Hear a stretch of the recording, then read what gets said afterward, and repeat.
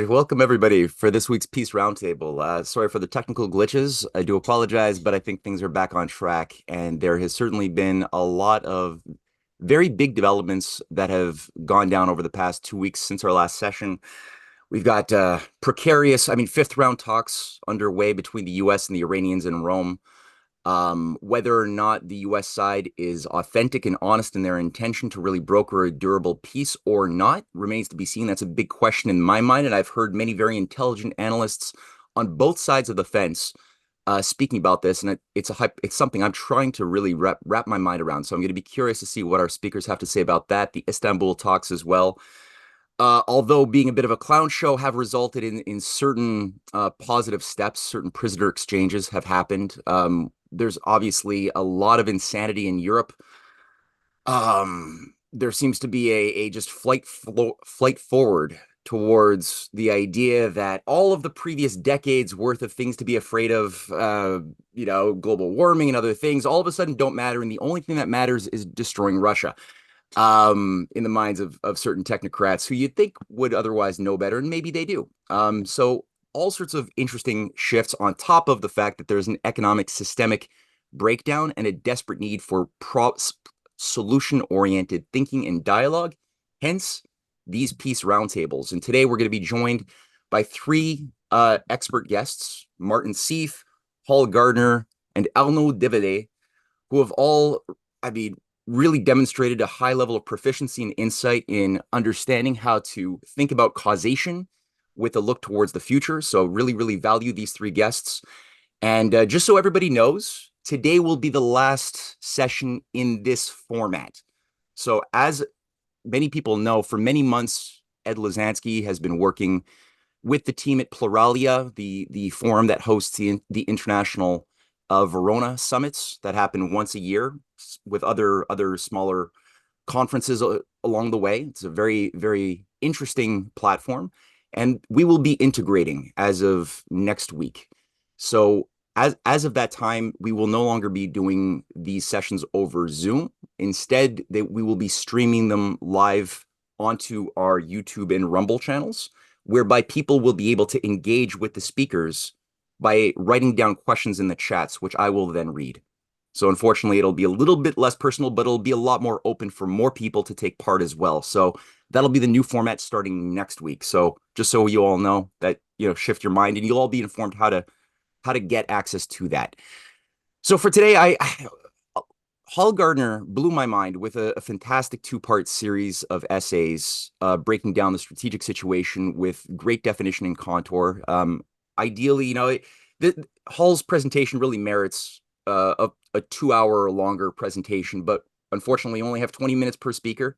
So we're going to try to get the essentials of what Hall thinks was the most essential ideas contained within his piece. The link to his two-part series is available in the description box, and then we'll go on to Arnaud, followed by Marty. So Hall, thank you so much. The stage is yours. Well, thank you for the great introduction there. I wish I did have 2 hours, but I'll try to boil it down.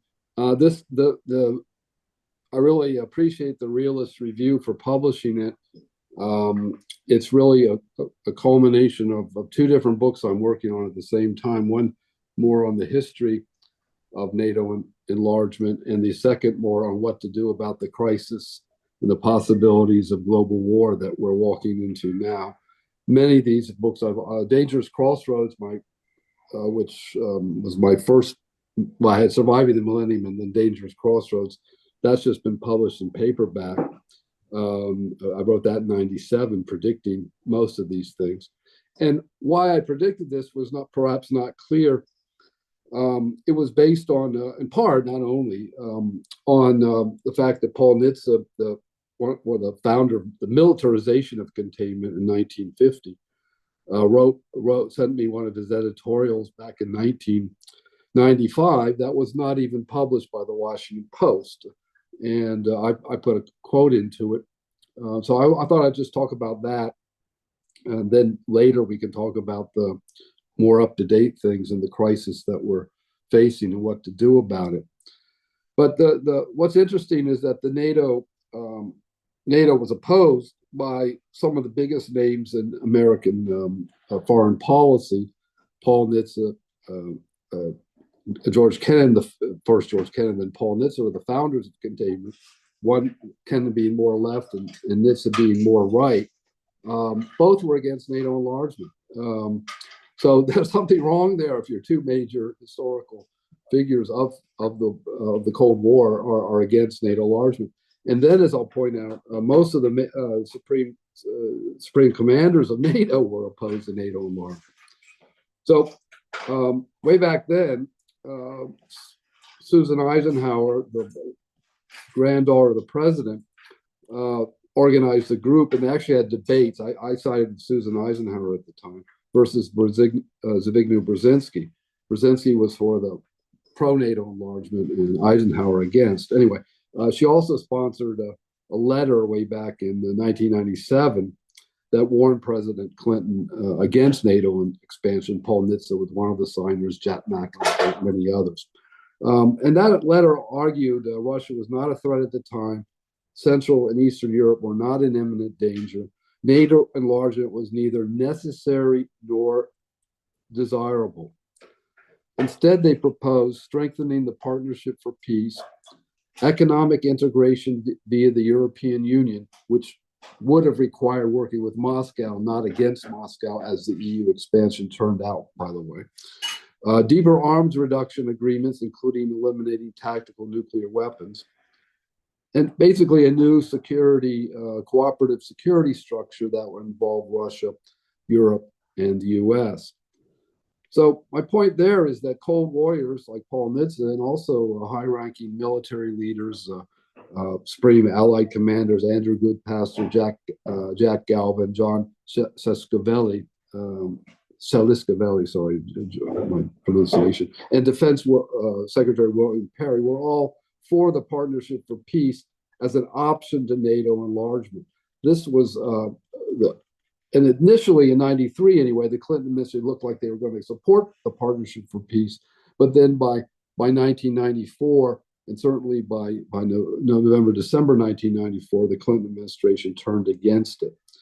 So my argument there was that not only would, here's the main points though, is it wasn't just the Cold Warriors that opposed NATO weren't just worried about a Russian backlash, they were also worried about the breakup of NATO's consensus. So let me get to that and focus some of the other things I don't think we need to know about. The defense interests, Lockheed pushing for NATO, Lockheed Martin pushing for NATO enlargement. Inside the Clinton administration, defense hawks Anthony Lake and Richard Holbrooke were pretty much pushing for NATO enlargement inside the Clinton administration. And then you had lobbying from Eastern European Americans who pushed for NATO enlargement as well, fearing some sort of Russian backlash sometime in the future. But the main point here, let me get to and then what's interesting is how Paul Nitze opposed it. He was the most hard line of the Cold Warriors. But yet, many of the things he warned against during the Cold War are coming true today. First of all, misinterpreting the adversary's intentions, avoiding preventive war, maintaining negotiation channels even with hostile powers. In other words, talking to Putin through the UN and other channels. So those are just some. And the other thing was not to make Russia fear that it was losing its economic capabilities. In other words, the idea of weakening Russia economically would cause a backlash. And this was clearly stated during in the NSC 68, which was the major document that kind of formed the framework of American Cold War strategy. Furthermore, there are other things going on. The United States accepted the neutrality of Finland, Sweden, and Austria, and even considered a neutral Germany. Most people don't know, and it's really hidden in the history books. Nobody talks about it. But George Kennan had proposed a neutral, non-nuclear Germany way back in 1949, and that he thought would you had the Berlin crisis, you had the coming Korean War, etc. He still argued that had he been able to pursue those negotiations, the Cold War would have taken a totally different tact, and we wouldn't be spending trillions of dollars on nuclear weapons, etc., had we accepted a unified but neutral Germany. Instead, West Germany was integrated into NATO, but then when we finally, in 1989, when the Berlin Wall began to crack, the idea of a neutral Germany was thrown out, and Germany entered NATO. The idea there was, though, that the eastern section of Germany would not have foreign troops, or nuclear weapons deployed. And that was the idea of the Clinton administration, what I called self-restraint, or NATO enlargement would take place, in which NATO would unilaterally restrain from deploying troops or nuclear weapons in the area. But the Russians didn't see it that way, particularly once the U.S. Attacked Serbia under the name of saving Kosovo Albanians, and then later deploying missile defense systems in 2009. So the Cold Warriors were right. NATO enlargement triggered a conventional and nuclear arms race. It's undermined existing arms control treaties like START II and the INF Treaty of that time, or later, the INF Treaty of 1988, destabilized Russian domestic politics and risked the future strain in U.S. relations that would continue to deteriorate. And most importantly, though, they also stated that adding new members would dilute NATO's political strategic unity. It wasn't just the question of the number of NATOs, it was a number of members. It's a question of the quality of the members and what their goals were. If you don't have shared common goals, you're not going to be able to defend. You had a pretty common approach during the Cold War against the Soviet Union. You're seeing the breakup of that even now with the Europeans trying to claim a new defense unity, or at least under a French nuclear umbrella. So now the other issue here that was brought up and just totally forgotten about is that the Clinton administration had claimed that new NATO members were not allowed to engage in irredentist claims. But this was totally absurd. These countries have a history. They have border conflicts. And once NATO began to move into Eastern Europe, these border conflicts, it looked like NATO was siding with each side. Now, Germany was seen by the Soviet Union, for example, as a revisionist power throughout the Cold War, but it gave up its claims to the Poland and the Czech territories in the Poland and Czech Republic. But the question of Kaliningrad, which was formerly Prussian Königsberg, where Kant lived, is still open, and it's creating right now. Germany has deployed troops this week in Lithuania, in part because of the tensions that are arising over Kaliningrad. So my point here, I can go on and on, is that not only we're being faced with this ongoing conflict between Russia and Ukraine, but the tensions in the north are mounting, in part because NATO expanded to the Baltic states, with, by the way, the expectation that would force Sweden and Finland into NATO, because the Russians would react against NATO membership for Baltic states. They build up their forces in Kaliningrad and deploy nuclear weapons, for example, which they've apparently done.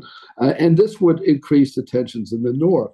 So I could go on and on here, but then there are, of course, other irredentist claims inside Eastern Europe. Of course, Russia and Ukraine haven't resolved Crimea. Of course, Russia took that. Sea of Azov's another issue that Russia's trying to hold on to. And of course, the battle over southeastern Europe. But then you have tensions between Poland and Belarus. You have the Baltic states, Kaliningrad, Germany. You have tensions in Karelia between Finland and Russia. And there's three areas in Finland, really, that are creating tensions there. The Russians are building up on their side, and the Finnish are putting minefields down. And you have tensions between Romania, Hungary, and Ukraine. And you always forgot about the ones between Greece and Turkey. NATO did nothing to prevent Greece and Turkey. So how could you expect NATO to stop any of these irridentis claims in Eastern Europe if they couldn't even stop a war between Greece and Turkey?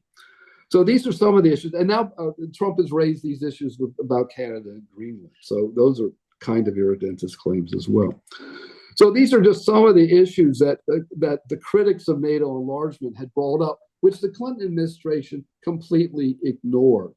And they ignored it in the belief that Russia would just kind of snivel and say, oh, we give in. And that appeared to be the case when Germany was unified under NATO. James Baker said, oh, we'll unify NATO. We won't expand it to the east, but you don't want a neutral Germany that might get nuclear weapons. So therefore, accept Germany in NATO.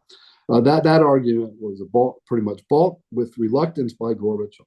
Then the next, then having expanded NATO, then the next step was to continue to expand to NATO, expand NATO to Ukraine, which was secretly decided in '94 and really didn't come out in the public until later, though Congress pushed for it as early as '96. From the Russian perspective, the NATO's war over Kosovo was another clear violation of the 1997 NATO-Russia Founding Act, which was supposed to mediate NATO enlargement into Eastern Europe. But that's certainly not how Russia saw the war over Kosovo. They saw it more aimed at Serbia than aimed at saving Kosovos on the ground. If you want to save them, you put troops there. And in fact, the Russians proposed a troop deployment, a joint U.S. troop deployment to protect Kosovo Albanians and Kosovo Serbs, but that idea was not even considered by the Clinton administration. Primakov turned his airplane around rather than discuss it because U.S. started the bomb. Now, we go on and on here. Putin had all the reason. Of course, in many ways, Putin came to power because of NATO enlargement, because Yeltsin couldn't stop it, and Yeltsin was seen as kissing Clinton's ass. That helped overthrow Yeltsin. And Putin came to power swearing he would be able to block NATO, but he didn't do that either, even though he thought that by helping the United States in Afghanistan, providing logistical supplies for United States and NATO to fight this forever war in Afghanistan, would help Russia engage, but it didn't. NATO continued to expand towards the Baltic states, which was a red line set by both Gorbachev and Yeltsin. And then the 2008 Bucharest summit promised NATO membership for Ukraine and Georgia, and that really was the straw that broke the camel's back. I would say Russia and China were both, by the way, beginning to build up their military capabilities after the war in Kosovo. Serbia was seen as an ally of China and of Russia and China, and therefore, with the massive show of force that NATO gave in attacking Serbia, this led the Russians and Chinese to realize that there was a monster that they had to counter, and they had to take time to build up their capabilities in case the U.S. would turn against them. All right, I can go on and on here, as I keep saying. But anyway, the main point is that, well, at least one of them, is not only do we need to begin, I mean, these tensions are rising. Europeans are France in particular is planning a new nuclear buildup, and with France deploying nuclear weapons in other Eastern European countries, and to provide an umbrella. This is going to interfere in both the INF treaty, which Trump had dumped during his first administration, and the START agreements. And without those, we are in the most humongous arms race in the history of mankind. Trump is promising $1 trillion to defense.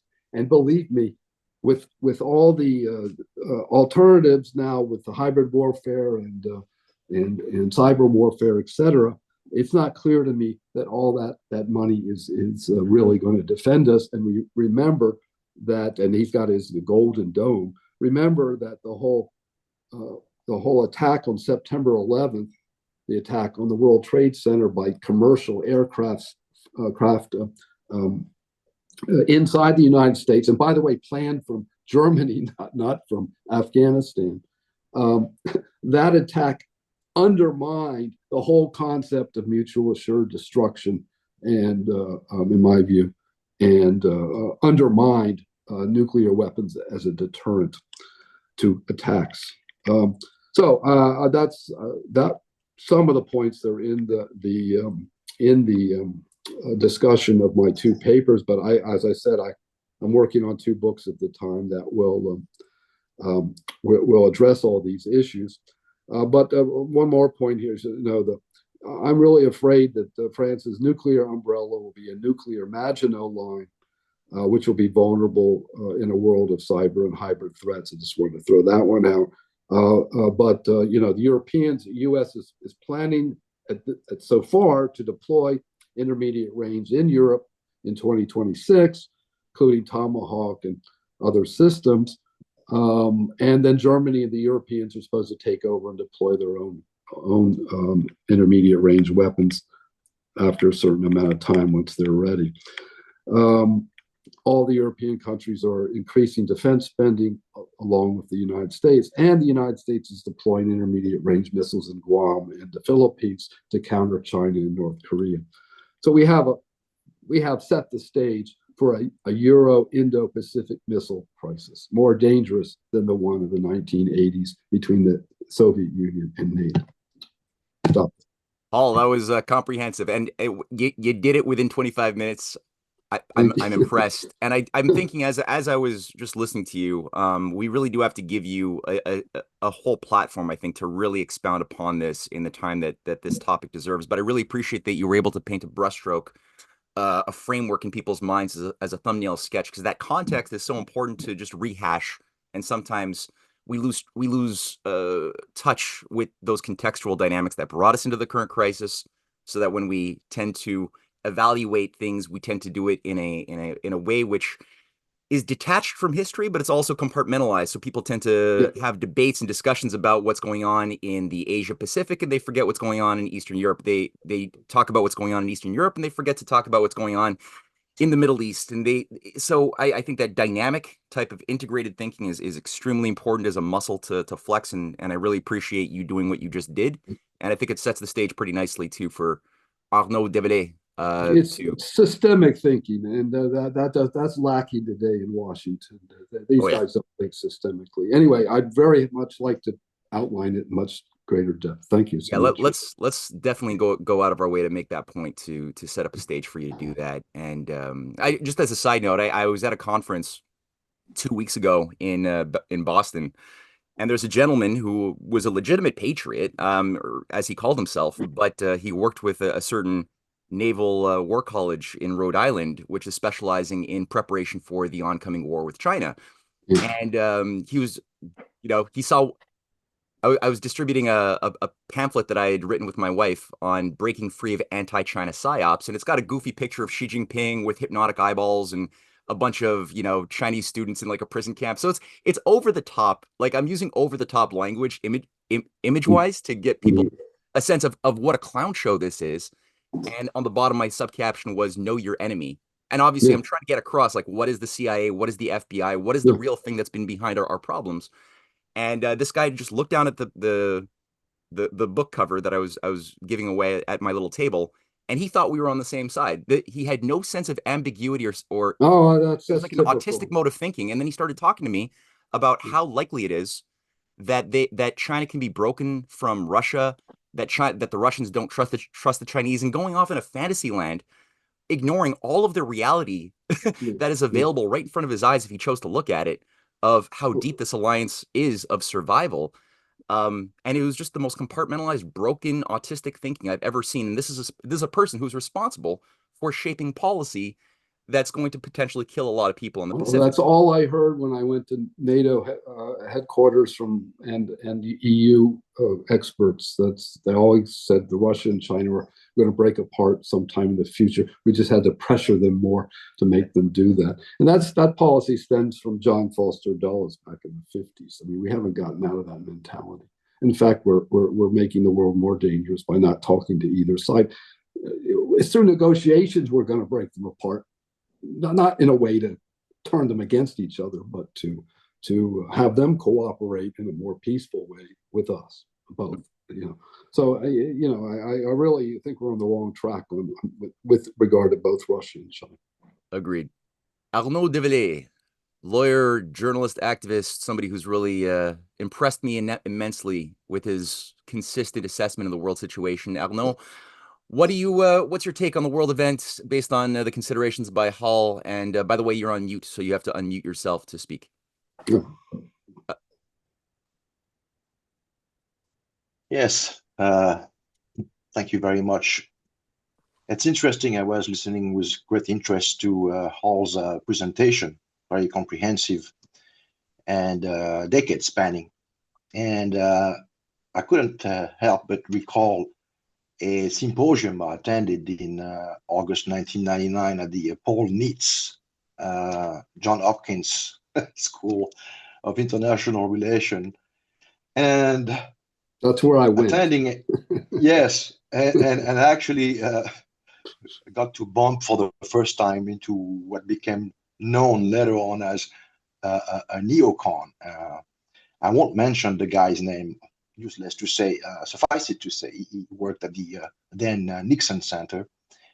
And I and the people present on that day were not ready for the rhetoric that came out of this gentleman's presentation. And so, it was an interesting thing. And we were about to leave the lull of the 1990s in a way and thrust ourselves into what the Chinese called interesting times.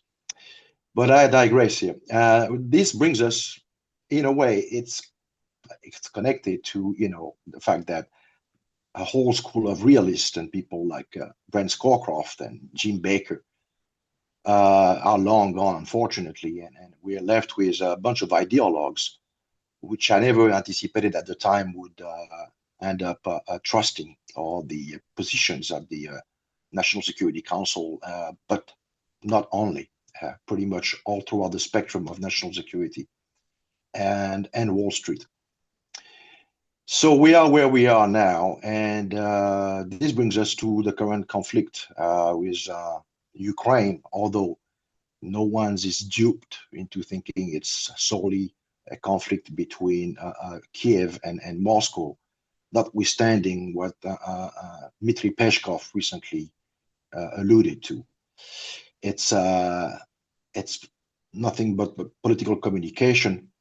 And in that sense, it's interesting to see the notable change in tones following the 2.5-hour phone call between Donald Trump and Vladimir Putin last week, whereas we had, leading up to this sequence, a flurry of movement with, I guess, the Beatles in their train going to and or from Kiev, and by spirits of Christian charity, I will not delve into the particular of that trip.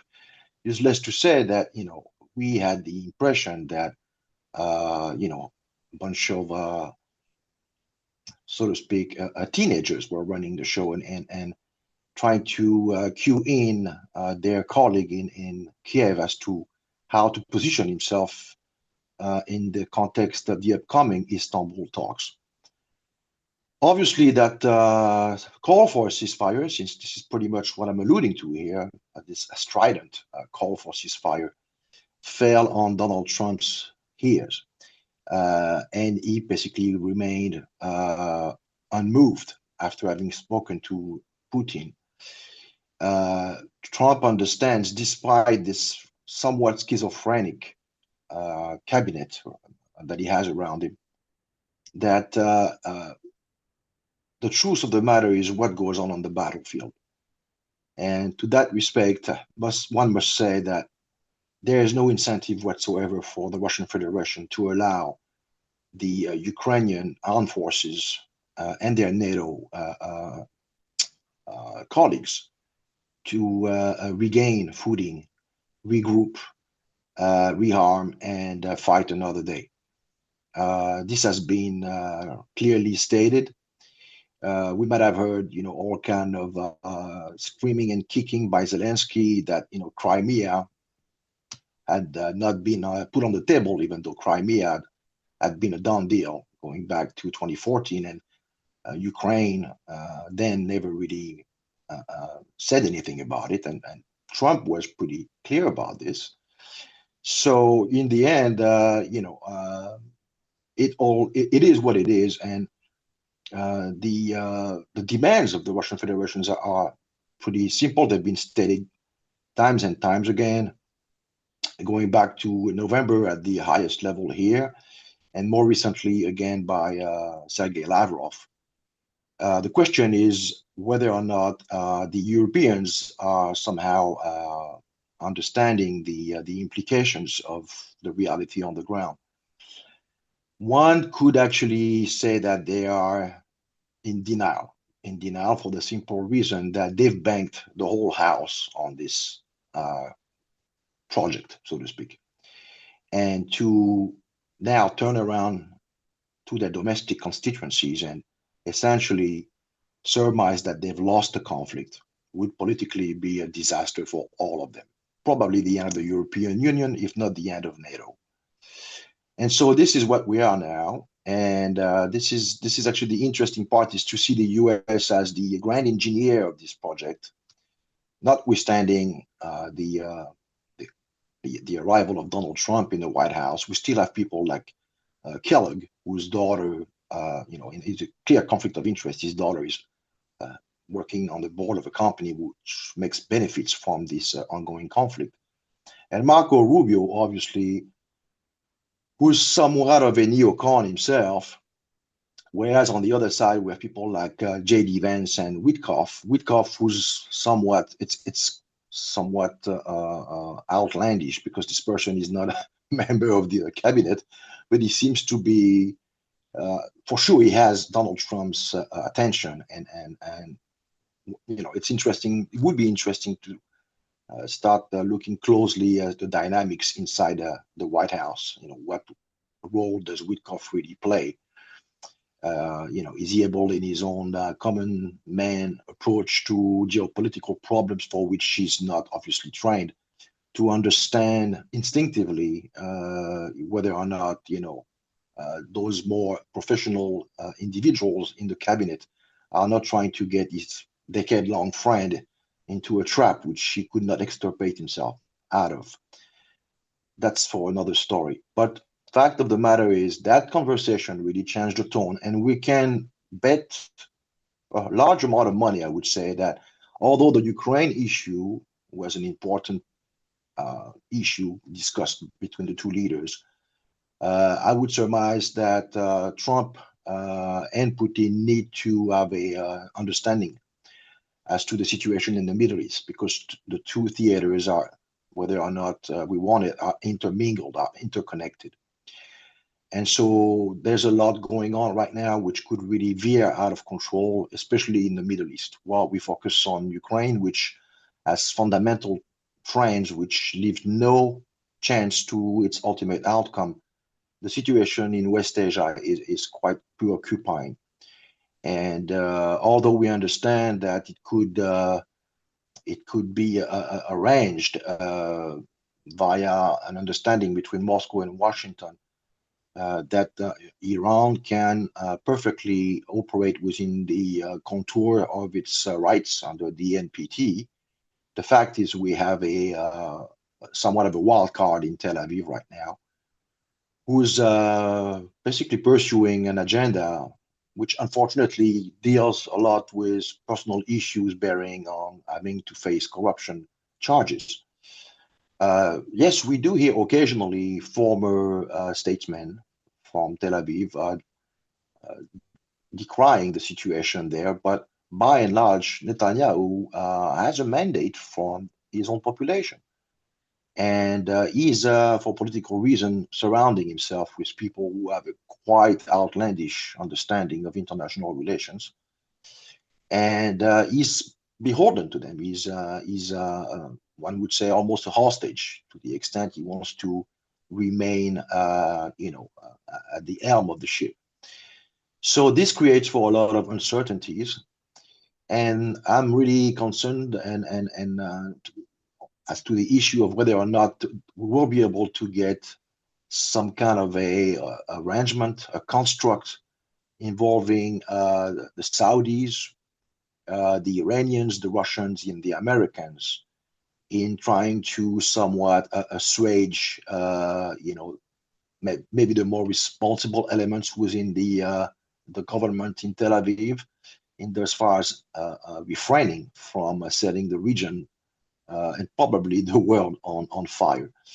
So obviously those two issues are connected. There are economic issues as well between Moscow and Washington. Trump is a no-nonsense approach, but he has to give leeways. He understands the sociology of Washington. We hope that he does by now, at least. And so there is concessions that he has to make, but ultimately he's a realist in a sense that we have not probably seen in Washington since the first Bush Senior administration. And we hope that this approach to U.S. national security interest will be sufficient for him to ward off any kind of political and military adventurism, which could outright put his own legacy in jeopardy. So let it be said that yes, the Ukraine conflict will be winding down one way or another, either through a discussed point by point. Those points are again clearly identified, and they include more and more regions now, at least in as far as this buffer zone that Moscow has discussed, which conveniently involve the 4 additional regions of Dnipropetrovsk or Dnipro, if you're Ukrainian, Kharkov, Sumy, and probably Nikolaev and Odessa.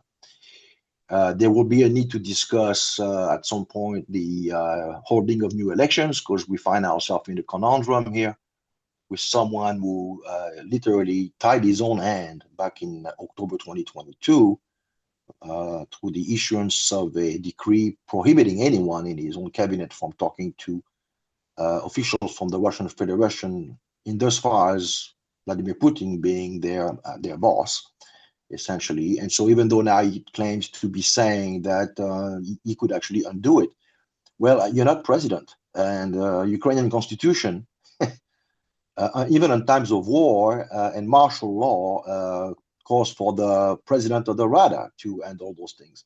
But even the Rada itself is not legitimate anymore. So were we to engage in some kind of meeting of the mind, some kind of general consensus as to ways to politically agree to a winding down of the conflict, who in Kiev is legitimate to sign it?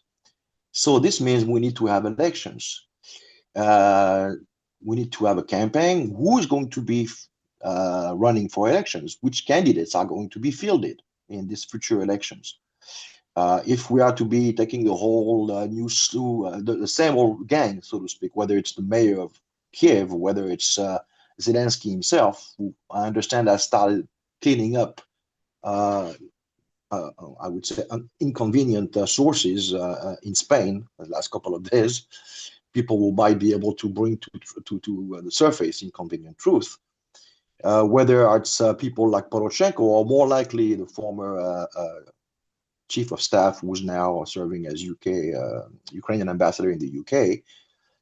What kind of dynamic do we have in those far as taking out of Kiev this let's call it denazification element of which is one of the two prongs of the Russian intervention in Ukraine.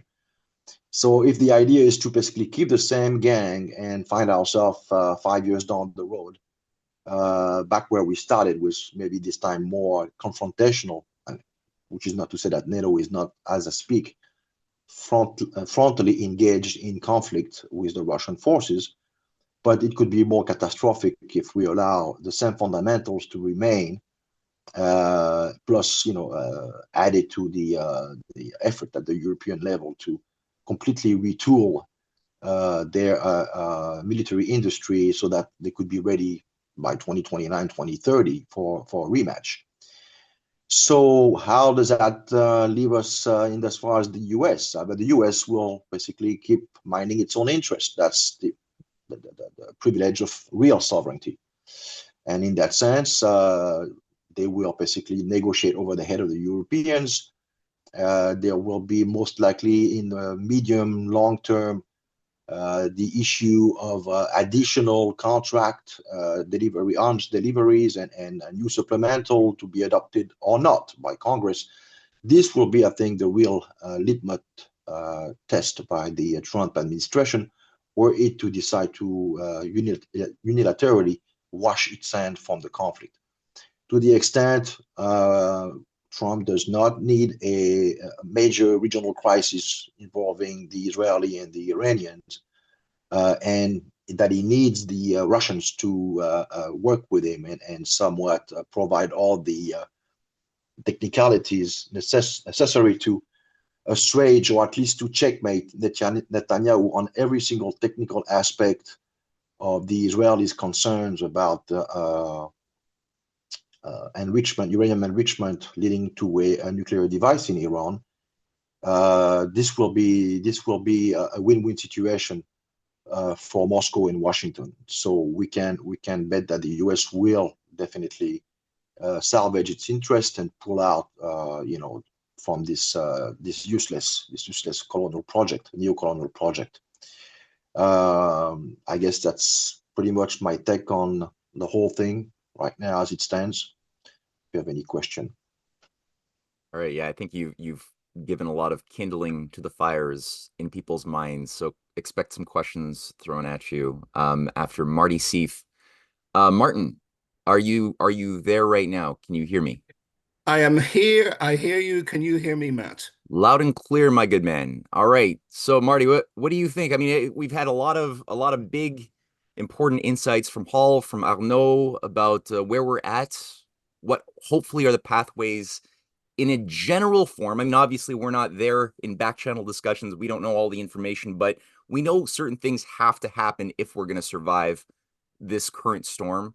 So I think that they laid out some of the historic and the present dynamics pretty nicely.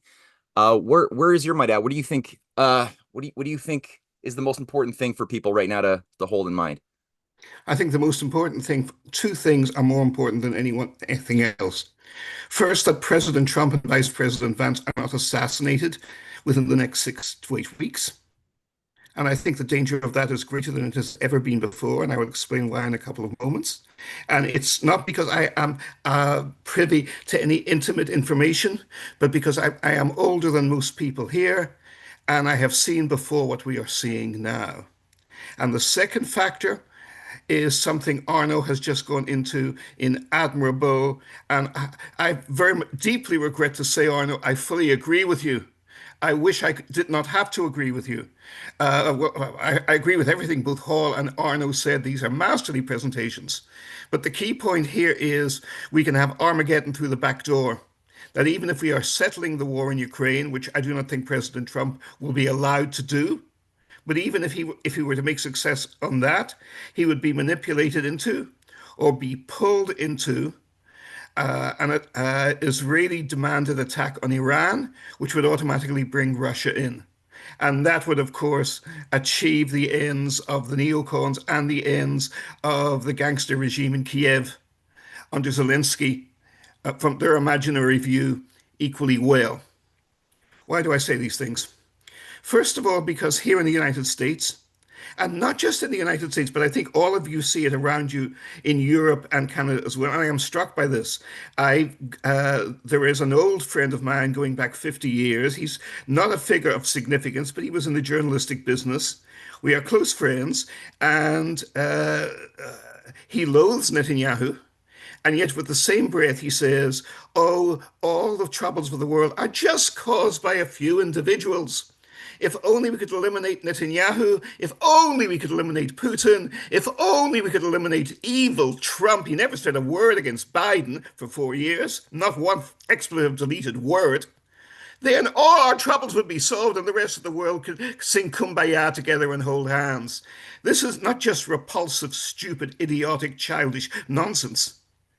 The fool is being manipulated like hundreds of millions of others without realizing it. What is he talking about? He is talking about assassination. He is talking about murder. Murder. And I have seen it before. And this is something that you, Matt, and especially your brilliant wife, Cynthia, you have both written on at length. Before President Kennedy was killed, a political context for the assassination was developed. An atmosphere of hatred was developed, in which the crime could be accepted because people were already expecting it. The number of threats to the president's life, according to the Secret Service, reached the highest level in recorded history in the 6 months prior to the assassination. But this was not an accident. The context was prepared. And where was the president assassinated? In Dallas, Texas, where the hatred towards him, not from the people of Texas, not from the people of Dallas, but had been deliberately stirred up and manipulated and organized for many months before. And I even saw this as a teenager at the time. And I was old enough not to work anything out for myself. I wasn't that precocious. Who is? But I remember the world saw that the threat to the president was growing, that the angels of death were gathering over the president and beating their wings. And I've seen it several times before.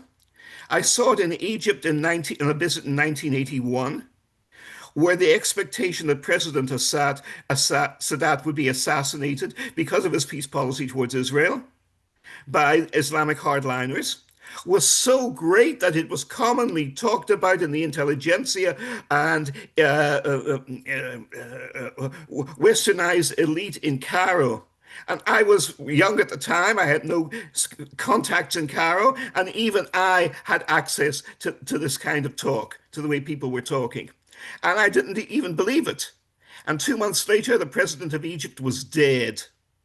Was murdered. Not 2 months later. I was there in February 1981. The assassination occurred in October 1981 at the military rally, of course, in which he was celebrating their victory at the beginning of the War of Ramadan, or the 6-day, the Yom Kippur War, as the Israelis call it, and as the West calls it.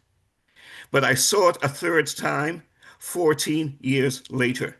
And notice in each occasion, the targeted victim is a champion, a sitting president or prime minister, a champion of peace, and a military veteran, a war hero. And we see this pattern again in 1995 in the murder of Yitzhak Rabin. And there is an interesting symmetry here, because one of the people who was de facto, he denied it, of course, but if you look at the speeches at the time, the rhetoric at the time, Netanyahu was emotionally, at least, happy to go along with this. He openly accused the Prime Minister Rabin, the leader of the Israeli army during the 6-day war, no less, of being a traitor, because of the Oslo process peace policy. And there were rallies, mass rallies Netanyahu attended, in which coffins were openly displayed with Rabin's name on it. And there was a circle of extremist rabbis even then who put a death curse on Rabin, and the death curse worked. Why did the death curse work? Because the people who believed in the death curse implemented it themselves. This is the surest way to make a prophecy and make sure it happens. You carry it out yourself, or you have it carried out. You have it carried out. I came across, of all things, I am an Agatha Christie fan, and for me, the only legitimate Miss Marple is the wonderful Joan Hickson in the set of series that was made by independent television in Britain from 1984 to 1992. And one of the most famous ones is Murder at the Vicarage. And there is a scene there where after the idiotic Colonel Prothero has been murdered in the vicarage, shot dead, the vicar himself gets up at church services the following week, and the vicar says, "This crime did not happen," I paraphrase, of course, Mrs. Christie put it better, "in a vacuum.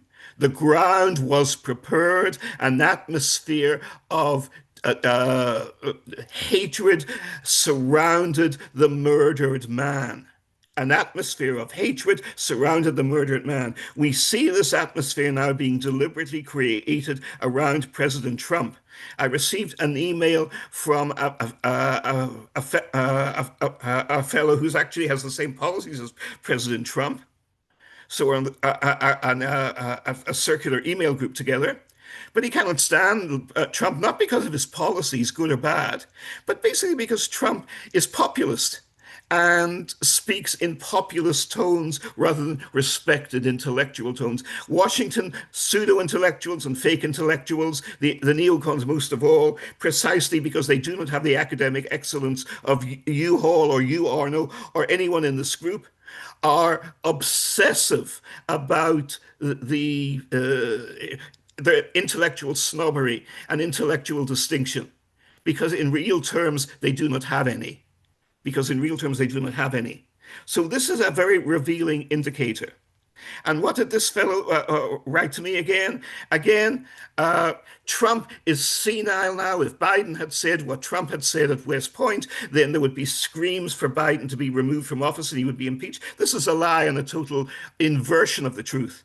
Because, of course, we now know, and I reported it openly for 4 years, for outfits which were banned from the United States, Strategic Culture Foundation, very specifically, banned under the Magnitsky Act. And I was personally interviewed and intimidated, or at least they tried to intimidate me, from the FBI to make sure I complied with the act. And all my American friends and colleagues who also wrote for Strategic Culture Foundation, including very eminent figures like Phil Giraldi, a former senior CIA analyst, was also visited by the FBI to be intimidated or pseudo-intimidated. This is what the freedom-loving America has been reduced to. And there's an indication from here for Ukraine as well. Franz Kafka tells us this in the trial. The courts still met. The judges sat in their robes. Due process and due procedures were duly followed. And none of it made any difference because innocent men were still arrested and beheaded whenever the deep state wanted it to be. And this is where we are. Now, the Istanbul talks crawled along. They were blocked. Very clearly, the phone conversation between President Putin and President Trump was meant to unblock that road barrier. The very fact that they talked for 2.5 hours was admirable, as you pointed out, Arnaud, and is the most hopeful sign we can possibly have for peace, because it means that the President of the United States and the President of Russia are both committed to that policy and are seeking to do it. But my next key point is that tails are wagging dogs. They always do, and it leads to catastrophe. In 1914, the Serbian government, up to the level of the Minister of Defense and Minister of War, and their secret service, were deeply involved and helped organize the assassination of the Archduke Franz Ferdinand when he visited Sarajevo. And as a result, giant Russia was pulled into its own destruction in an unnecessary war by a tiny client state that was run by terrorists and killers. And on the other side, why did mighty Germany, whose prospects in peace were more brilliant than ever before? Because Kaiser Wilhelm II, and there have been too many attempts to rehabilitate him, and just because he wasn't Hitler, everyone says he was wise and good, and he was a saint. He was none of those things. He gave personally the fatal blank check to Count Bernadotte, the Austrian foreign minister, to send the fateful ultimatum to Serbia. And therefore, Austria-Hungary, a hugely problematic, creaking empire, vastly better for Central Europe than anything that has come since. But at that time, creaking, insecure, appeared to be under threat of falling apart. A joke in military terms, as the catastrophe of World War I showed, pulled in mighty Germany to Germany's own doom. Now, Belgium the British charged into war in Belgium too, but the Belgians actually did not manipulate the Brits. It was a cabal of 4 people within Britain that pulled Britain in, and it was a liberal government at the time that took the fateful decision. But in 1939, we see the same pattern. The war could have been prevented up to virtually the last moment because Stalin hated and feared Hitler and wanted to make an non-aggression pact with Britain and France. And at the end, even Chamberlain's government and Lord Halifax, of all people, were ready to deal with the Soviets. They didn't particularly want to. Stalin had killed far more people than Hitler up to that point, and this was a fact. But they were ready to do it. What blocked it? It was not the City of London. It was not Chamberlain and Halifax, for all, as the archival release material makes abundantly clear. It was Poland. The Poles refused to let the Russians march into their territory. They refused to let them in. So it was just like Ukraine and Poland today, and the 3 Baltic states, these tiny little postage stamp countries, morally lectured the mightiest world powers. You should be ashamed of yourselves. You should do this. You should do that. They were lying through their teeth, as always. One more point I'll just add on this, and that is, to this day, nobody has reassessed the 1938 Munich crisis properly. And there is a very simple reason for this. That the conventional wisdom is, oh, the Czechs had built wonderful defenses. The Czech army was 55 mighty, well-equipped divisions. All of this is true. Except they would never have fought, because they never did before and they never did afterwards.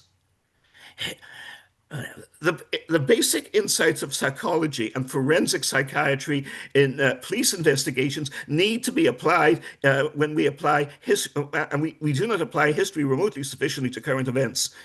The key to future behavior is how people behaved in their past, and how countries behaved in their past, and how institutional elites behaved in their past. Sometimes they go through transformational experiences, like Germany did remotely for the worse in 1933, and the British did briefly, but very dramatically for the better in 1940.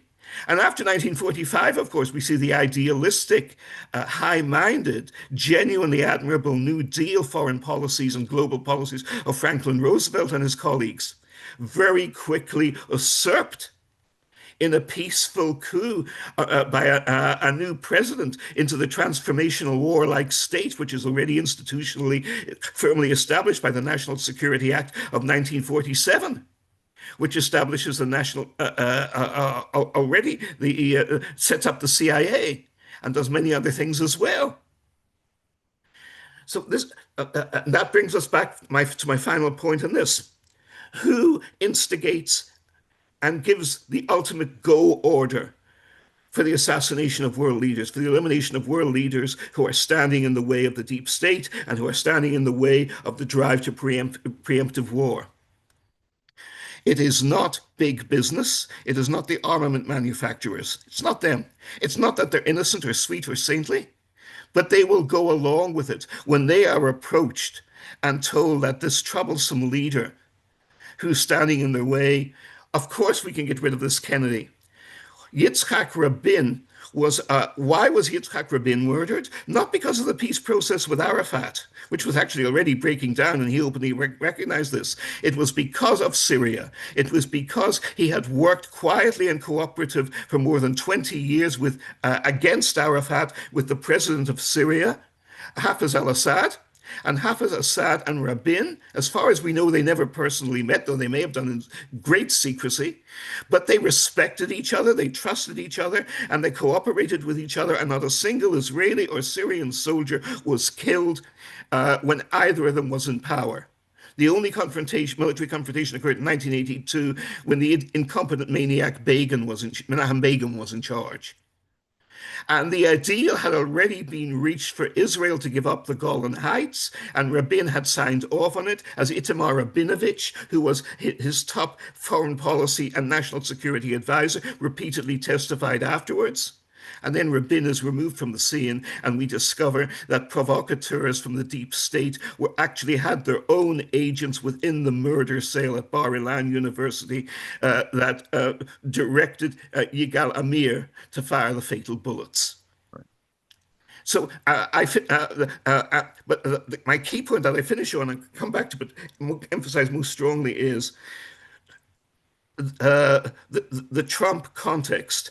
A new atmosphere is being created where President Trump is being held as creating a new depression, when if you look at the actual hard economic data, his economic policies and tariffs are actually working, and they are not triggering free fall, and they are not triggering collapse. But the American people are convinced that they are, because this is what the media is saying, and it is being put as it is all from the president himself, and the president is senile. We had a totally senile president for 4 years, and nobody said a word against it. And now we have a president who, whether you love him or loathe him, is very much his own man, very much compos mentis, very much there. Even in his confusion, he is very much there. And yet we are told falsely that he is senile. Why is this? And why are so many people believing it? They're believing it because all the media are saying it. Why is all the media saying it? A political context for murder is being created. And that is my greatest fear. That was I didn't expect that angle, but I appreciate that you're introducing this hypothesis, and certainly history does offer a lot to support or give weight to this warning that you're putting out there. I guess for me, like my mind is still unresolved on, I see sort of 3 possible tracks for the character and the role that Trump is playing, either, and I'm not really sold on any one of them, though none of the 3 have been disproven to me, which is number 1, that either there's a highly sophisticated operation involving some form of 5D chess grand strategy, with negotiations behind the scenes between Trump and Eurasian partners, maybe, and letting things play out. That's one scenario. The other one is the sort of well-meaning, that, the idea that Trump is maybe a well-meaning patriot with good impulses, but sloppy, trying to pragmatically make decisions, but making a mess of things at times. The other one is that he's actually a part of the darker agenda behind things. And none of those 3 have been disproven. I certainly have I lean towards the middle one a bit more, but we'll see. And also, something that was discussed, and maybe we could have an entire show on this, I think we probably should at some point, is the question of the Arctic and the Iron Dome agenda, which Mark Carney has recently messaged outward he is in support of, as far as an integration of a common military program involving space-based weaponry. The Chinese and the Russians are very unhappy with this, and the Chinese have warned that this is sparking a new space weapons race. I could see that. So to what degree is Trump aware of what a terrible posture or design this would be, or what type of traps this would fall into? I don't know.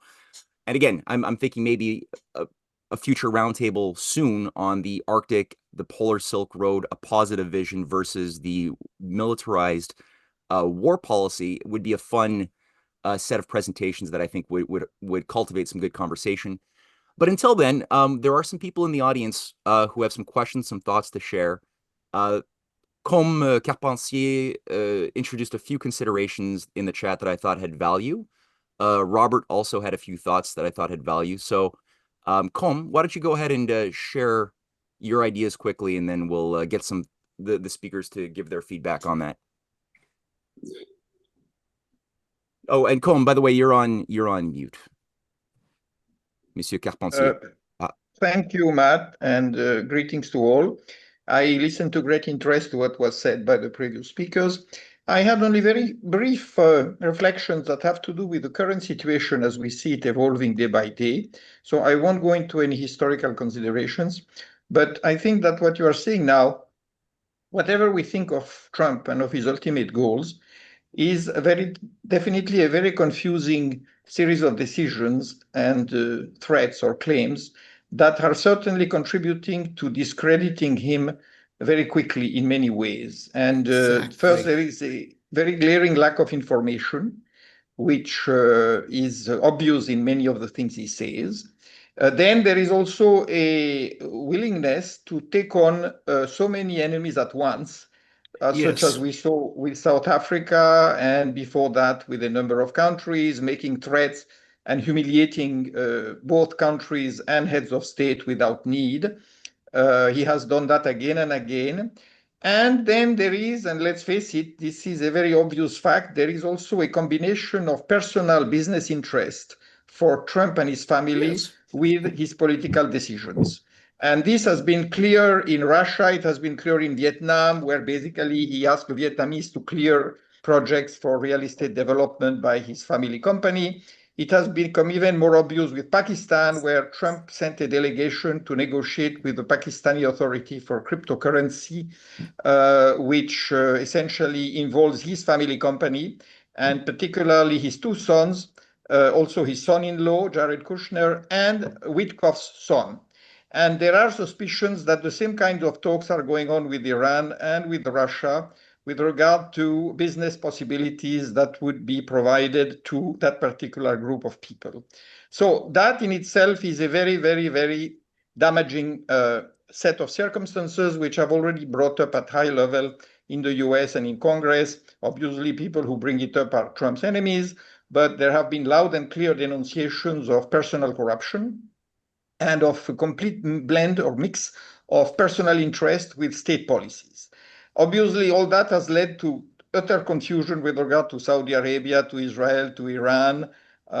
We don't know if Trump wants Iran to essentially accept to go back to the table as far as not developing nuclear missiles, weapons, which Iran has already accepted. But on the other hand, they also apparently now want to force Iran to give up any kind of Iranian enrichment because that seems to be the demand from Israel. And then, as you can see, Trump has started a war against some American private universities, especially Harvard, claiming that he's fighting anti-Semitism. Although this in itself is hard to believe because Harvard has a very powerful Jewish lobby, including its current president. So one doesn't quite understand why Trump has decided that Harvard is a fatal, monster that is essentially promoting anti-Semitism in the country. It doesn't make a lot of sense. And so this leads me to the conclusion that we are dealing with an increasingly isolated US administration. And if the economic situation deteriorates, which it seems to be deteriorating at this point, whether it's his fault or not, he has just threatened Europe again with 50% tariffs. The whole tariff policy is obviously unsustainable. So if it's a bluff, it's not adding to his credibility and it's damaging the sense of stability that anybody might want to have. And as a result, I have fear that this administration be headed towards disaster, partly of its own making, but also because of the many enemies it has, which have been alluded to by the previous speakers. And I think this could all be, of course, even further being a disaster because it would bring back to power the people that Trump has been fighting, or at least that he is trying to overthrow, in a sense, because they are still there, but he's pushing them out. And we know that even Comey has made veiled allusions about the desirability of killing Trump. So you see, this is a very, very dangerous situation. And I have a feeling that it will, one way or another, lead to the ultimate victory of Russia, China, Iran, and allied countries within the BRICS. And the US and Europe, following willy-nilly the American lead, will be plunged in a very major crisis. And this is what we are heading towards. And maybe it's necessary to make the world a different place than it is now. We don't know if it will be any better, but I see the downfall of the West more than it was, more likely than it was ever when Spengler wrote his famous book. And that's where I will stop. And unfortunately, I will have to leave you because I have to do something which I'm already late. But anyway, it was a great pleasure to listen to all of you. Thank you. Professor Carpentier, thank you for sharing that. I appreciate that. Paul, Arnaud, Marty, do one of you guys or all three of you guys want to say a brief word in response to Combs' considerations? Very brief word. I fully agree again with everything Combs said, completely, as I do with Hall and as I do with Arno. And I wish I didn't, because our mutual and overlapping assessments are so depressing. But I think Combs' context is completely accurate and completely correct. Okay. I, Paul? yeah. Yeah. Well, I just want to say that, in my view, we're in a mix of a mix of two analogies: the pre-World War I analogy and the pre-World War II analogy. Exactly. And it's a very interesting mix. The Middle East plays the role of the Balkans. Any kind of assassination there could set off some sort of conflict. At the same time, what we're seeing in Eastern Europe was what was called back in the Intermarium Plan of Poland, in which General Pilsudski planned to integrate Central Europe into a larger Polish-Lithuanian confederation, and that's what NATO's been backing. And so this is one of the factors in the history that Marty was talking about, that replays the previous conceptions of Cold War. In many ways, where the Hitler analogy is totally wrong. It's really pre-Hitler and with Lenin. With Lenin trying to take the Donbass region, and this is a replay of that era as opposed to the Hitler-Stalin era, in my view. So when the Soviet Union was trying to consolidate itself after the breakup of the Tsarist Empire. So I can go on and on the historical issue, but certainly assassinations have provoked conflicts in the past, and I'm just hoping that's not going to happen in the same way it happened before World War I. You had the assassination of Louis Barthot in the interwar period, the French foreign minister who was trying to negotiate peace with interwar security pact, and he was assassinated along with Yugoslav leader, if I remember right. I'm blanking now. But anyway, the point is that the assassinations do play a role in conflict and in the sparking conflict. But at the same time, we got to remember when the Archduke was assassinated in World War I, it took a month before the war started. So the assassination wasn't the cause of the war. It was the tensions that were rising up behind the scenes that used the assassination as a pretext. And I think Marty more or less said that. Anyway, that's another subject for another discussion if we ever want to talk the history of this situation. Well, I think definitely the question of breaking the rules of the great game in order to initiate policy actions, mutual security pacts that are often made in secret, often with the assistance historically by British diplomatic backchannelers who like working very, very hard as little Iagos scampering about and setting the stage for useful idiots, to sign agreements that will result in completely unnecessary races into self-annihilation, whether it was World War I, whether it was a variety of the false flags that we saw trigger chaos events.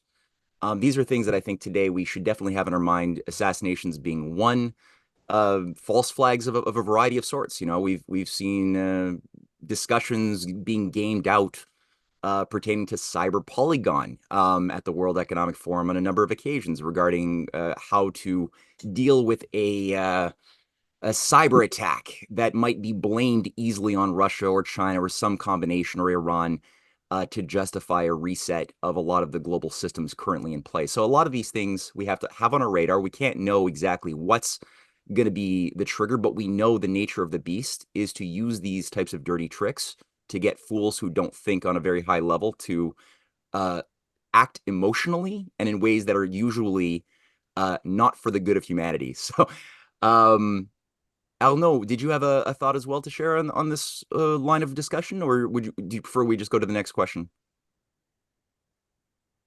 Oh, Arnaud, you're on mute. Yes, two remarks. First one is to your point, the World Health Organization actually announced the emergence of a variant in Taiwan.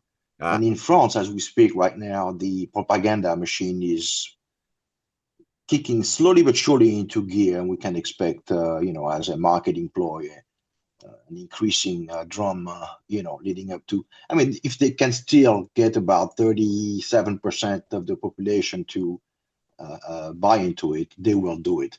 They also announced the elimination of cash in the name of fighting against drug trafficking.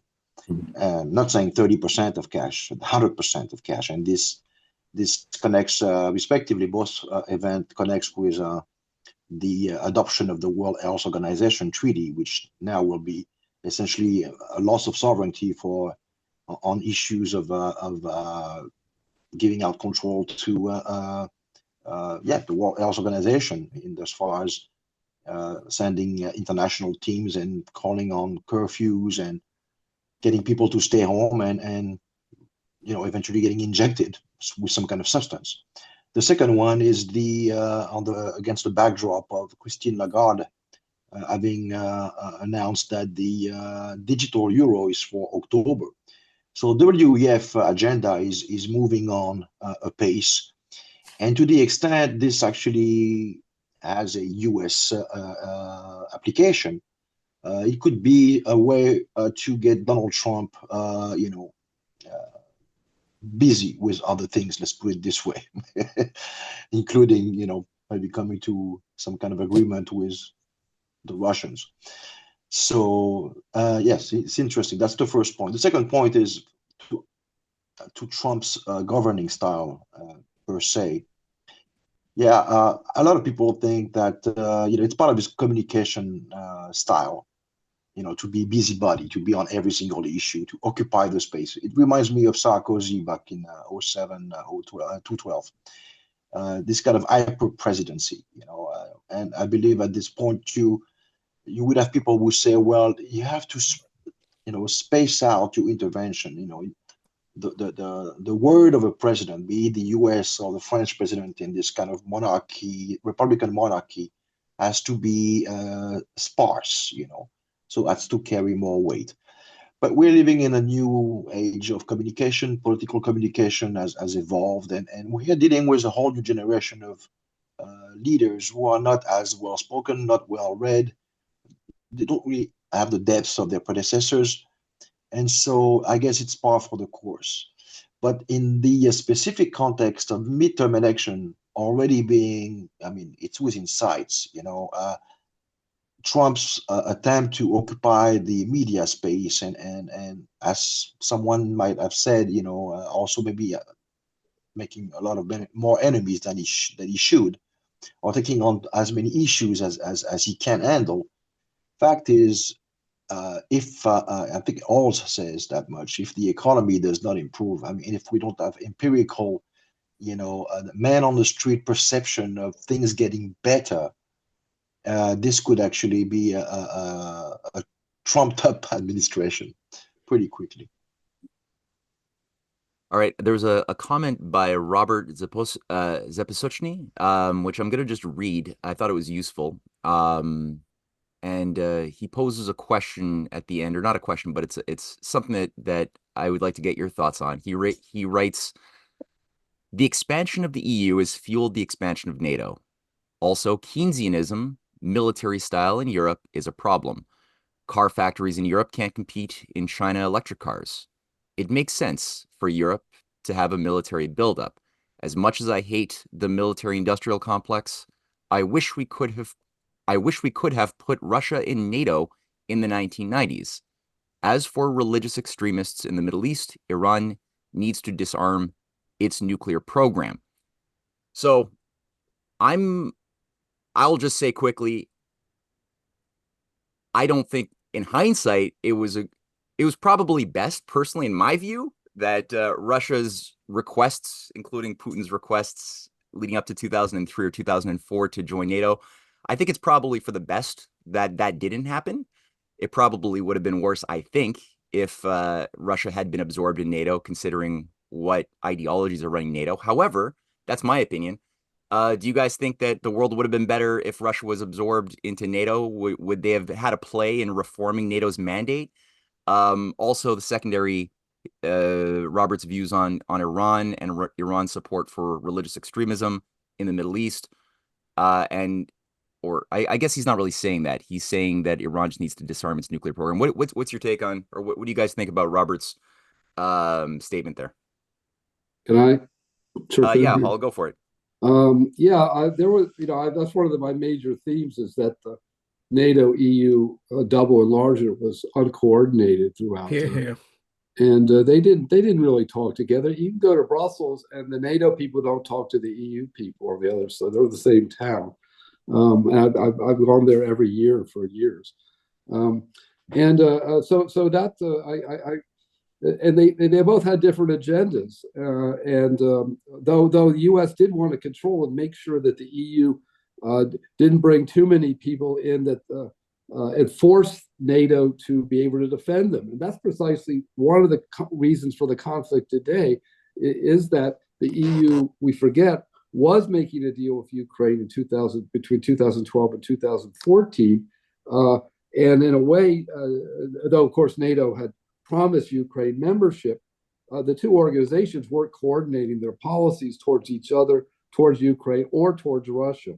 And that's certainly why we had the whole crisis there when Ukraine signed an agreement with the EU, and even though it was against their own economic interest to do so. This should have been beforehand. Russia, EU, and the United States should have been talking both about security and economics. But the other point is whether or not Russia could have gotten into NATO. I believe it was possible. I've been working on that for so many years. There's two ways to do it. One was through the Partnership for Peace, which wouldn't be a NATO membership, but Russia would have been able to supervise or oversight over the forces that would move into Eastern Europe. As I said, these would be Partnership for Peace forces, which is the one part of NATO that Moscow did agree to and sign up for. So Moscow is still officially a member of the Partnership for Peace, because that was to coordinate militaries to engage in peacekeeping operations. And NATO and Russia did coordinate peacekeeping in Bosnia at the end of the Bosnian War. And as I said earlier, they could have cooperated in Kosovo instead of the U.S. bombing the hell out of Serbia. Russia and NATO could have made a deal, as the Russians were proposing, in creating an interpositionary force between the Serbs and Albanian Kosovars. Now, that was what was proposed, and as I said, was thrown out by Clinton. So there were ways for Russia and NATO to cooperate. It didn't necessarily, if it was Partnership for Peace, it didn't have to be official NATO membership in the sense of Article 5 guarantees. That I don't think would have ever happened, because that would mean NATO would be involving Russia in defending the Chinese-Russian border. I don't think anybody wanted to do that. I also didn't want to defend the Ukrainian-Russian border.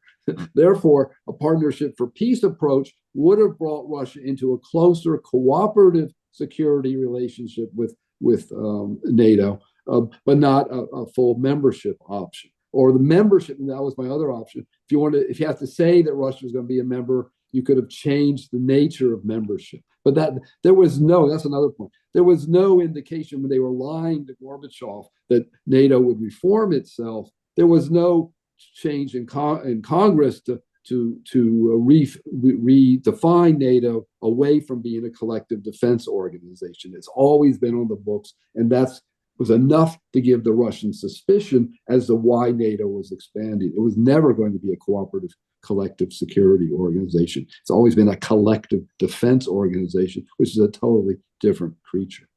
So I'll leave it there. Yep. Okay. Thanks, Paul. Marty, I see your hand.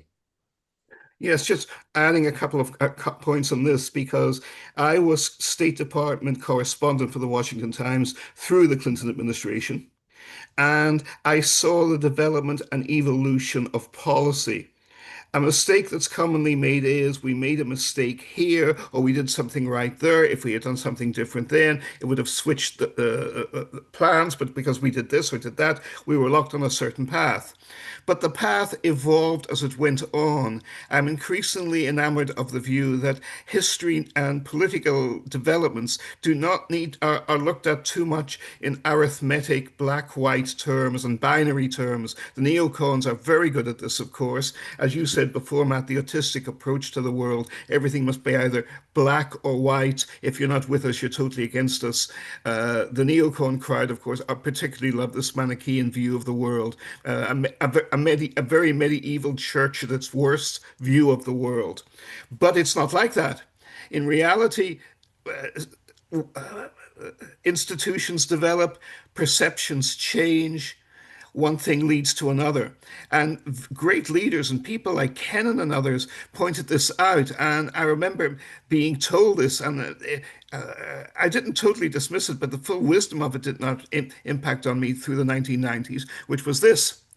And that is, once we made the commitment to bring the Eastern European nations into NATO, which already broke the most solemn agreements we had made with both Gorbachev and Yeltsin, that NATO would never be allowed to extend east of the Oder River in return for united Germany being allowed to remain in the West and in NATO. And the Russians agreed to this. But we, in return, both Bush and Clinton, Reagan and Bush, Reagan and the first President Bush gave verbal assurances to both Russian leaders that NATO would not extend elsewhere east. But again, the Russians should have listened to the wisdom of Sam Goldman, the legendary Hollywood producer, who said a verbal agreement, an unwritten agreement, isn't worth the paper it isn't written on. Yeah, right. And that was the key, because once the precedent began, there was no stopping it. Poland, for reasons Arnaud especially has pointed out, and Combe and Hall have also pointed out, ferociously anti-Russian, and their whole history conditions them to this for very obvious reasons. They urged Napoleon to invade Russia. They supported Charles XII of Sweden in invading Russia. How did that turn out for them? The Poles flocked to Pilsudski's legion in going to war with the Austrian Empire against Russia. How did that turn out for all of them? Every time the Poles urge huge empires, both good and bad, onto their own destruction in needless wars into the limitless reaches of Eurasia. And they're doing it again now. But it's not just now.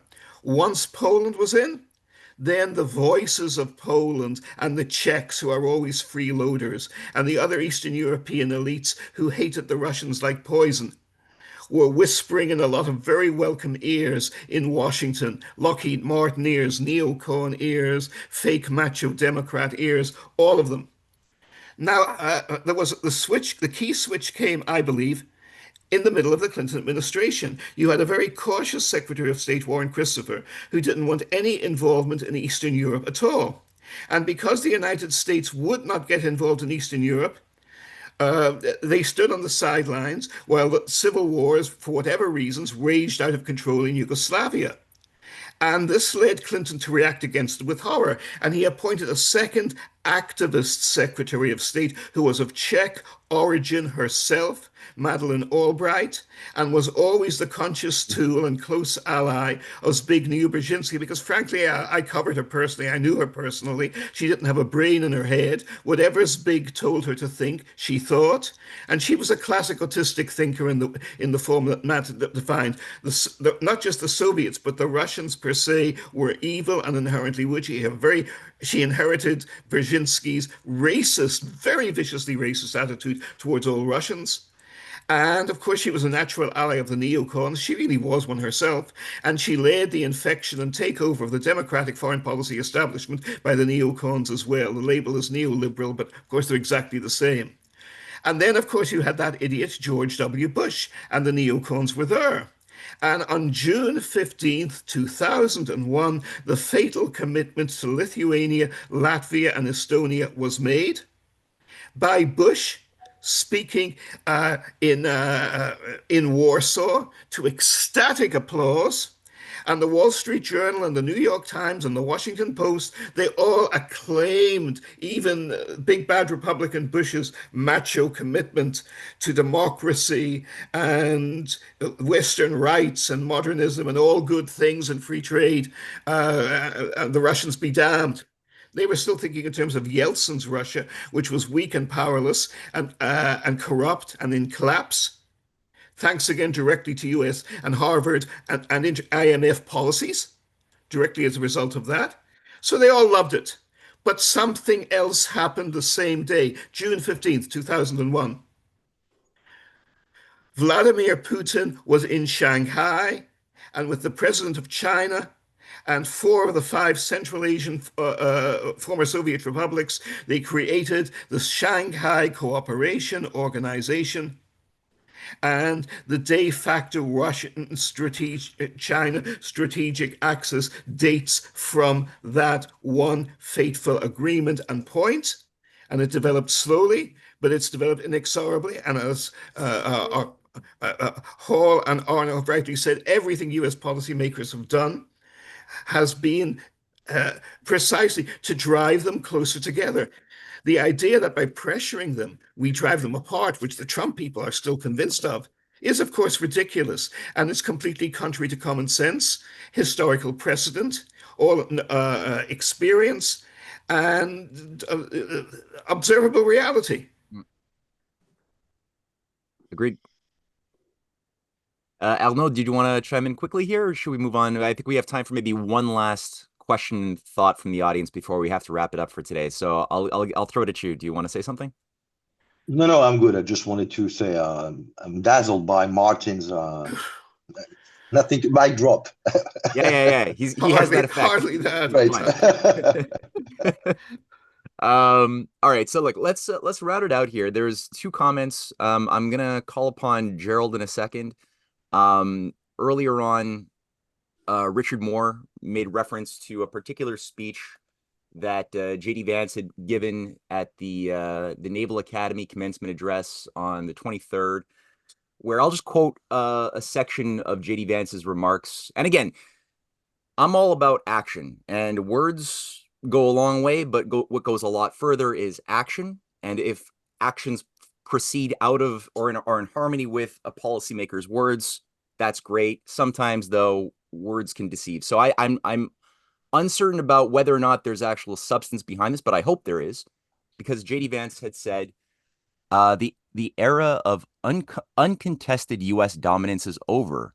Quote, we had a long experiment in our foreign policy that traded national defense and the maintenance of our alliances for nation building and meddling in foreign countries' affairs, even when those foreign countries had very little to do with core American interests.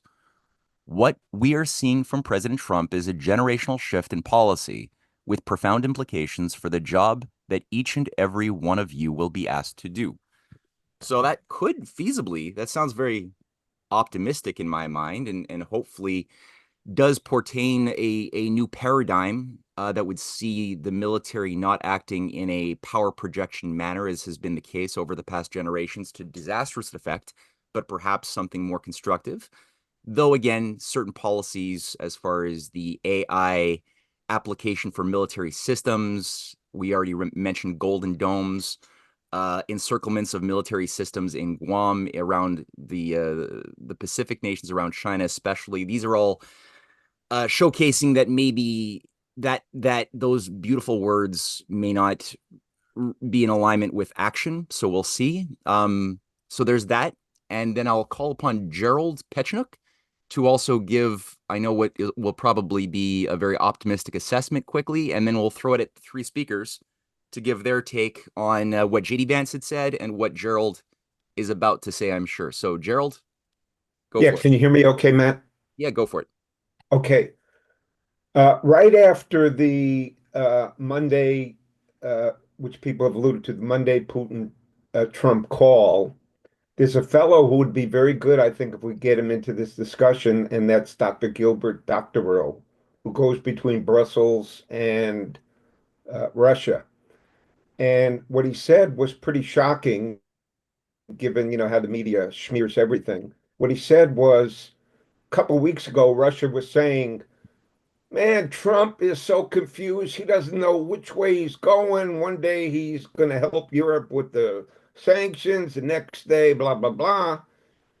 And then Dr. Rose said, since I've been back here in Russia and I watch the nightly news with Channel 1, they're now saying Trump is so confused. He's a genius. He's a genius. The very thing they were attacking from the last week, they now said he's a genius.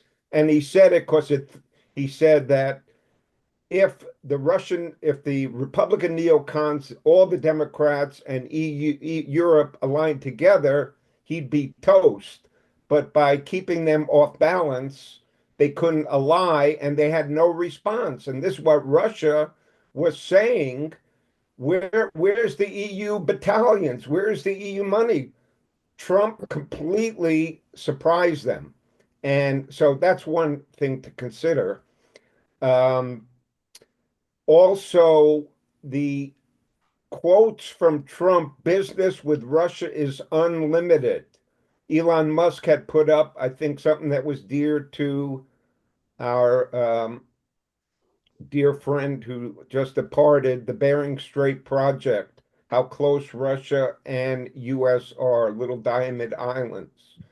And so my thought is to consider that the fact, and I'm totally impressed about how fast Tulsi Gabbard reacted to the threat from Comey, who was Mr. Russia, Russia, Russia.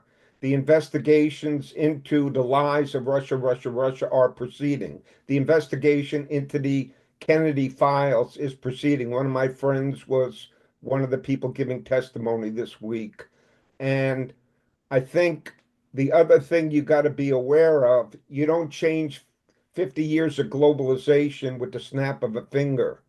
Friday, Trump passed uh, announced a deal with Nippon Steel and U.S. Steel to massively reopen steel, including Gary, Indiana, Minnesota.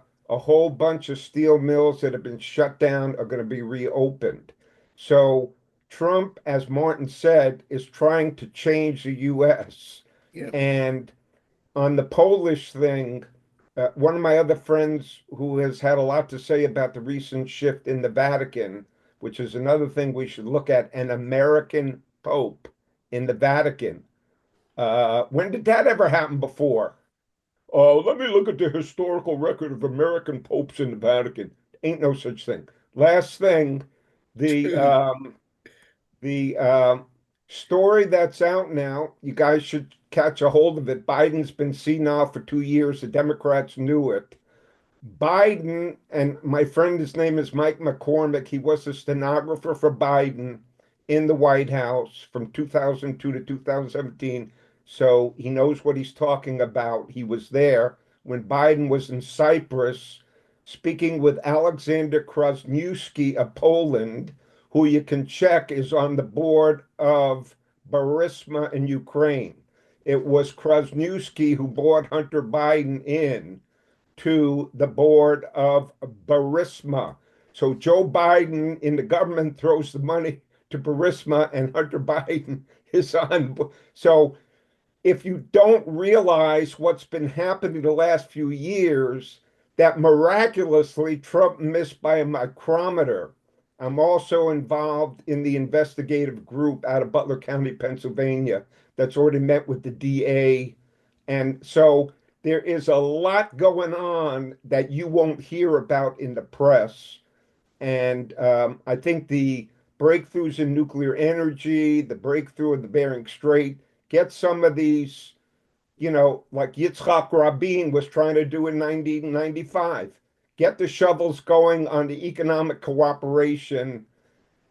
You can settle the political differences down the road, but it is so critical that Trump got elected despite massive Yes. Yeah. bullshit that there's a different US population now.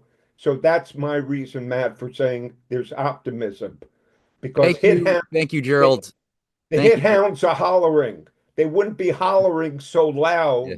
and trying to kill Trump if they didn't see that That's true. something might happen that they don't control. I hear you, man. And John Hipsley just wrote saying, Gerald, these are all relevant considerations. It is essential to always have a constructive perspective, even if we feel it is hopeless. Let us look for at least a glimmer of hope in these engagements. And you certainly put out a lot of variables that I think have that lend themselves to reasonable, rational hope. Arnaud just shared something. I wrote a book, Biden Burisma and Ukraine. So yeah, Arnaud, send me the link to your book and I will make it available in the description box under this video. Let's wrap it up with final thoughts from the three speakers, starting with Paul. Go for it.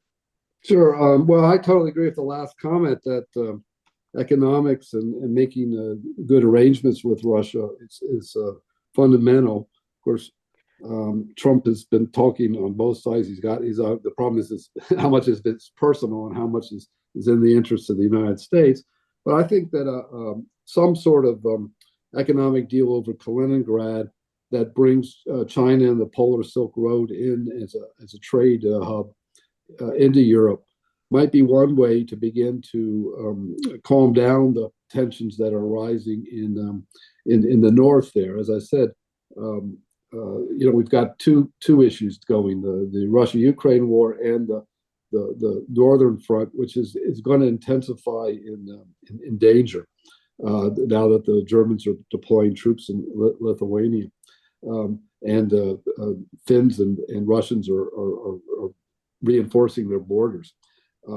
Kaliningrad's the key point there, and that goes back to the interwar period. You can do analogies of that between East Prussia, but Russia doesn't have a direct land connection with Kaliningrad. So this issue is a major focal point of conflict. And as I said, getting the Chinese in there with their interest in the Polar Silk Road, creating Kaliningrad as a hub of trade between Eurasia and Europe, I think is a major starting point for preventing this conflict from getting out of hand. Thanks, Hall. Arnaud, do you want to deliver any closing remarks? Oh, Arnaud seems to be away. Marty. Just to say, again, nothing to add to Colm and Arnaud's wonderful assessments. Just honored to be associated with both of you, but honored to be associated with the other comments too. Gerald, you are much more optimistic than me, and thank you for being so, because you cheered me up. And I don't say that in a light way at all, because we are all here thanks to Eddie Lozansky. And Eddie, of course, as we have all agreed before, was the most optimistic of people, even in the darkest of moments, and raised us all up. And more importantly, not just by making us feel better, but by always coming up with new constructive ways ahead. I don't think I've ever come across a more creative, constructive thinker in the political sphere so productively and so well in all my life, which is quite a bit now. And your comments and assessments were so much in his tradition. So thank you so much. That's it from me. Again, thank you guys. I thought this was a wonderful session. Yeah, I have too. This has been very good. Arnaud, there you are. Do you have any closing remarks? I just want to say thank you, Matthew, for a sterling organizing of an event of a high quality, the highest quality. Nothing specific except to say that just when we think that the deck is stacked against us, history has a way of surprising us, with somewhat perceivable crazy characters, and Trump surely fits the bill. He has this kind of the diagonal of the rook, or whatever you want to call it. You never know where to expect him, but I do believe there's method to the madness. I would not go as far as say it's five-dimensional chessboard, but there's definitely something going on. You don't come back from everything they've thrown at him in terms of the kitchen sink almost. It takes a lot of resilience, and he has this knack for communication. It's an instinctive person. And I think Vladimir Putin understands and respects him immensely for that. And they both respect each other because they are somewhat of more like more resembling each other than we may think, even though they have completely different trajectories. So, and then you have the Premier Xi, who's also someone who understands that China cannot remain an insulated empire, Middle Kingdom. So let us hope that those three, they have a few years potentially to work together.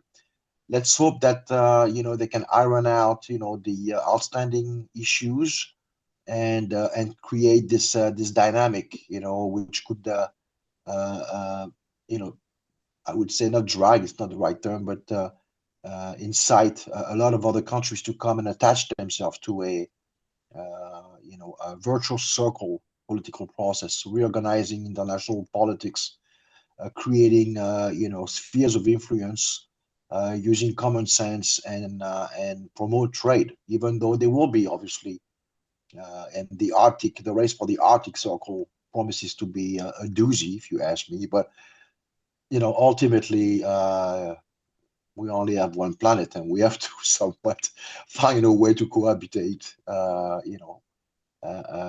together. So that'll be it for me. Thank you so much, everyone. And last announcement for all of our live audience today. First of all, Marty, you made the point, without Ed Lazansky having initiated these peace roundtable sessions would never have happened. And I'm so happy that we're keeping this fire alive and growing. And I'm very, very excited to see how it continues to evolve. Yes. As the work Ed put in so diligently over months and months of negotiations with Pluralia is finally manifesting, such that our next session on June 8th will be officially under the Pluralia American University in Moscow banner, together with the live stream occurring on the Pluralia YouTube, which I will send out to everybody via either my mailing list or the Substack emails, however people receive their notifications about these events. I'll make sure that the instructions go out. As I mentioned as well, this is the last live session with this degree of direct interactivity. The other sessions will be on StreamYard, so speakers will be there live speaking, and I will be managing, with the help of an assistant, the chats. So people who have questions or thoughts they want to share, they will be read aloud by me and thrown to the speakers accordingly. But we're going to keep this going. We're going to keep it on a every 2-week basis, and we might extend it, compress this to a weekly basis, depending on how things go. So I just want to really, again, just emphasize my appreciation and gratitude for I would say all of the speakers today, including people who were not officially on the speakers list, who delivered really high quality assessments that I value immensely. And for those who are not doing anything for the Sunday evening or afternoon after this, at 2 p.m. Eastern time, that's New York, Montreal time, the Rising Tide Foundation will be hosting our regular weekly event featuring a presentation on the topic of why humanity needs to extend our economic influence into space, into the solar system and beyond. So that'll be at 2 p.m. If people have not received the invitation, they could email me and I will give it to you. And otherwise, I look forward to continuing these chats in the weeks ahead. So thank you, everybody, for being here, and see you next time.